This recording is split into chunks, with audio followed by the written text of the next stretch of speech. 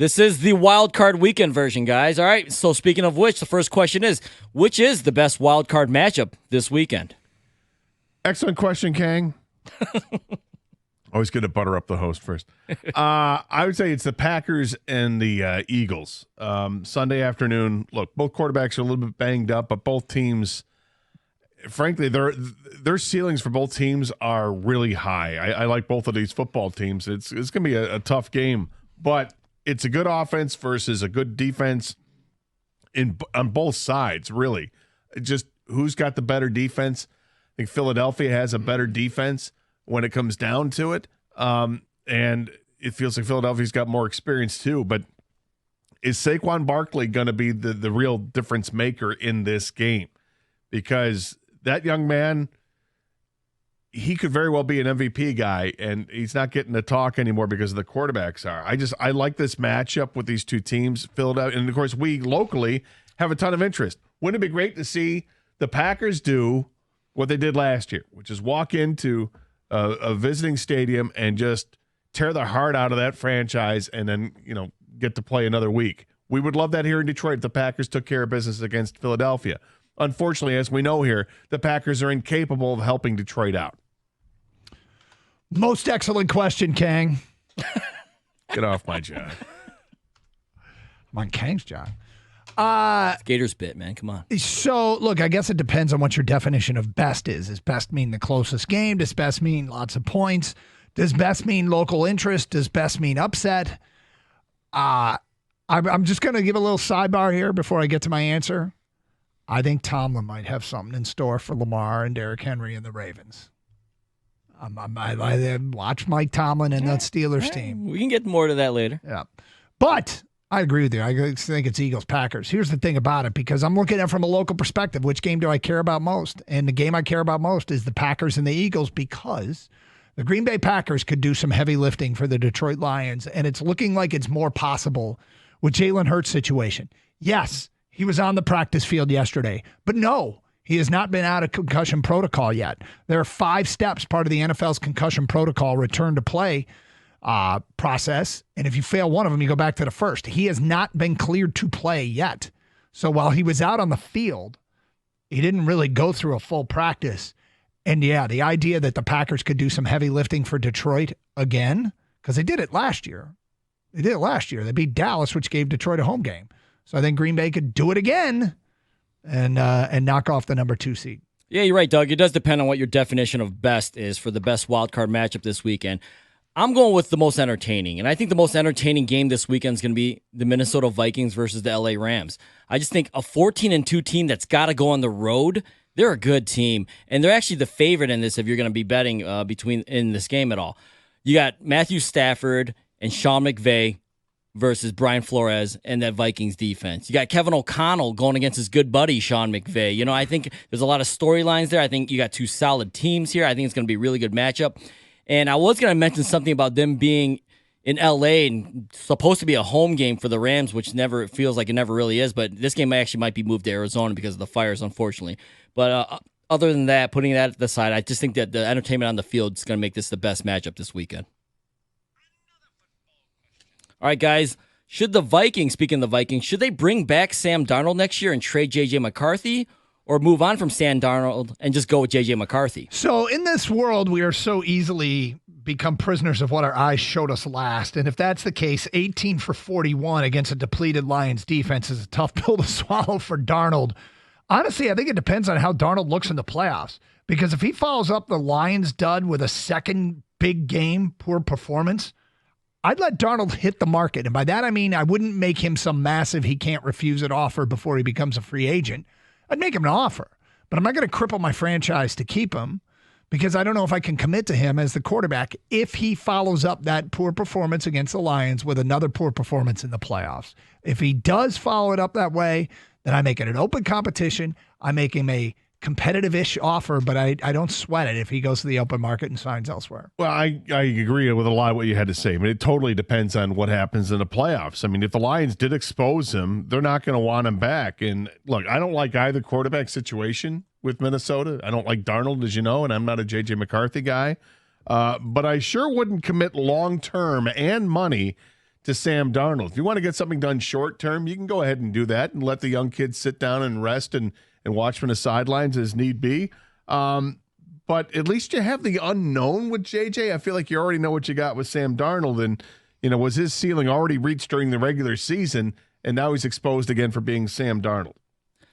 Yeah, I mean, Sam Darnold, I almost called him Mick Darnold. Sam Darnold may as well be playing for his Vikings job this weekend. But I know he might have peaked in the regular season, Gator, but I can't ignore what he did in the regular season. It was a great regular season. I think what you do is you franchise him, and I know it's committing a lot of money, but it's only 1 year at least. You franchise him, and you keep JJ, and you keep developing JJ. Because I think he's still, I know it's just a shot of him in his shorts and a T-shirt essentially, but he don't look like he gained any weight except for more hair. Like this, he does not look ready. He doesn't look like an NFL quarterback yet. Doesn't mean he won't be one eventually, but I think everyone in this league is so in a hurry to rush a rookie quarterback or a young quarterback to play when sometimes it's okay to sit and learn and develop. And I think that's what they should do with J.J. McCarthy.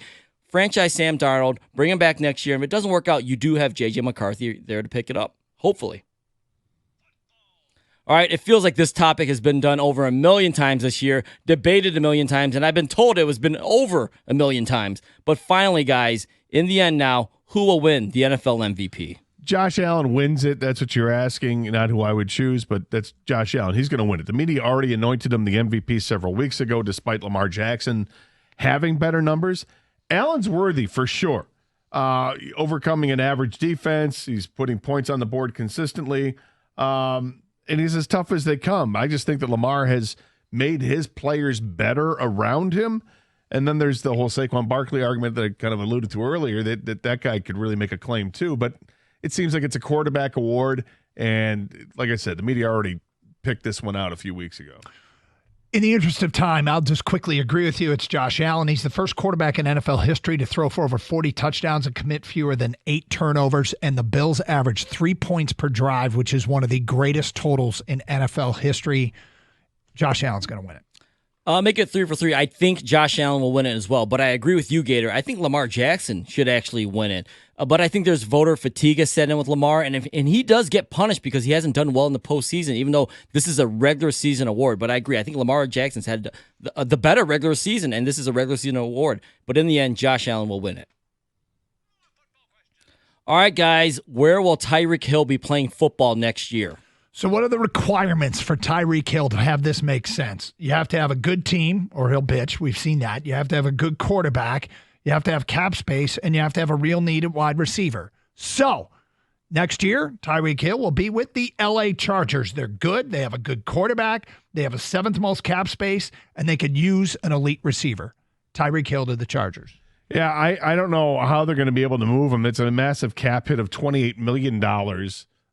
For the Dolphins to take that on. I actually think he's going to end up apologizing publicly here in the next couple days, and they'll make amends, and he's going to spend next year with Miami and move on after that because I think he's got an out in his contract after next season. Very interesting, Gator. I was going to say don't rule out Tyreek coming back to Miami next year, but if Mike McDaniel wants to take back control of that locker room, he needs to trade Tyreek Hill. Apparently, people have been showing up late all year long, and you can't let this happen. And so you kind of make an example out of Tyreek Hill and you trade him. If he is to get traded, I've got the Houston Texans doing it again. They went out and got Diggs last year, but they reworked his deal to make it only a 1-year contract. So Diggs is out of there this year. You saw what happened to Tank Dell. And if Nico gets hurt again, they have no receivers. They need they've shown they'd like to make a big splash, help CJ Stroud out. I think if he does get traded, watch out for the Houston Texans.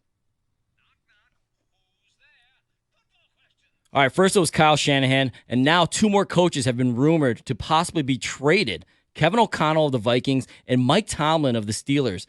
Is a coach going to get traded this offseason? I don't think so. I just think that, really good situations for O'Connell and Tomlin in particular. But if I had to pick one, I would say it would be Tomlin because there might be some fatigue in Pittsburgh running it back every year. And they haven't won a playoff game since 2016, if I'm not mistaken. So I could see that happening more likely than O'Connell. But, because the whole Mike McCarthy situation with the Bears interviewing or wanting to interview him and Dallas saying no go, I don't think it happens this year. So if I were a team and I were a GM, I would never trade for a coach for two reasons. One, as a qualified GM, I'd like to think I'd be a qualified GM. I would think that I'd be able to go out and hire a coach. Secondly, as a GM, I wouldn't want to give up any draft capital, which is usually what goes the other direction, to get a coach because this is how I build a team. And I don't think a coach is going to get traded. In the last 18 years, it's only happened twice. And one of those times, the coach that was traded, Sean Payton, was actually in retirement. So this was something that was kind of big around the turn of the century. Hasn't happened nearly as much. I don't think it happens this year. Yeah, this is a lot of smoke, but I don't think there's any fire. But I know it hasn't happened a lot, Doug, but the two times, look what Sean Payton's doing with Denver right now. They look great. And John Gruden brought a Super Bowl to Tampa. So I think, you don't want to give up draft capital ever, but if they find the right coach to turn around your organization, it's worth it. But I think to me, the crazy talk is trading Tomlin. He's criticized for underachieving by overachieving. Right. To make it make sense, I don't understand. I can't make it make sense. All right, last one, guys. Justin Herbert said this week that Jim Harbaugh told him that Harbaugh can remember the day he was born. Thoughts? Nothing that comes out of Jim Harbaugh's mouth surprised me anymore. I would sit with him every week, okay? It was some of the strangest experiences I've had in my professional career. It wouldn't shock me if Jim Harbaugh came out and said, not only do I remember being born this time. This time, yeah. Yeah. Yeah. Listen, Khang, sure he can. He can remember that, but he doesn't recall things that happened within the last couple of years when he was being questioned by the NCAA. I mean, the guy's a hell of a football coach. There's no question about it. But he's also a bit of a loon. Just a bit of one.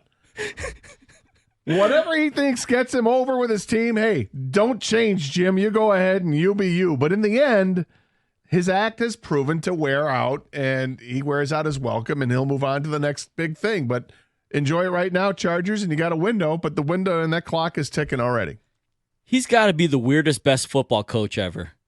I mean, I'm pretty sure he's going to say next, he remembers his conception as well. Like, I remember the path, the swim I took, that I beat the other guys, whatever. I mean, it makes me think of George Costanza's line from Seinfeld. It's not a lie if you believe it. God bless you, Jim Harbaugh. And that concludes the Wide 9 Omaha 4 Down Around the League Blitz Thingy.